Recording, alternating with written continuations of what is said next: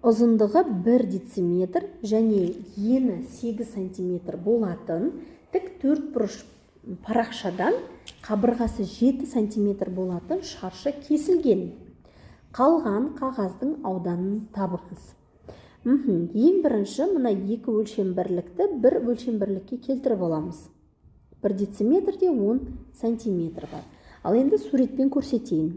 Ал ұзындығы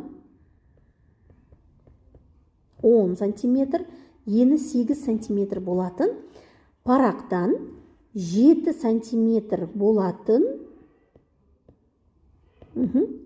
шаршы, яғни мына жерде 7, мына жерде 7 болатын шаршы кесіліп алынды. Енді қалған қағаздың ауданын табыңыз. Қалған қағаз дегеніміз ол мына тұс міне.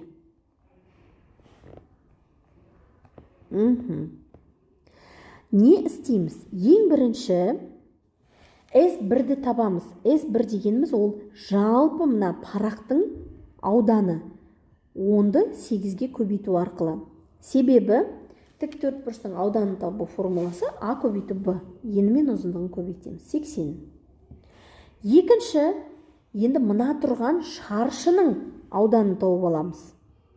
Оның ұзындықтары 7, яғни 7-ні 7-ге көбейтеміз. 49. Ал енді не істейміз? Мына барлығынан шаршының ауданын алып тастаймыз. Сол кезде бізге көрсетілген мына сарымен көрсетілген жердің ауданы шығады. S1 азайту S2. 80-нен 49-ды азайтамыз. Сонда 31 сантиметр квадрат болады. Яғни бірінші жауап.